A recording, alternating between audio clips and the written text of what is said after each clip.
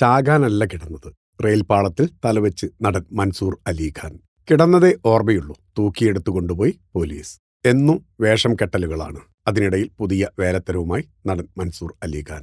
തെരഞ്ഞെടുപ്പ് പ്രചാരണത്തിനിടെ റെയിൽവേ പാളത്തിൽ തലവെച്ച് കിടന്നതിന് നടനും തിരുച്ചിറപ്പള്ളിയിലെ ലാൽഗുഡി മണ്ഡലം സ്ഥാനാർത്ഥിയുമായ നടൻ മൻസൂർ അലിഖാന്റെ പേരിൽ പോലീസ് കേസെടുത്തു.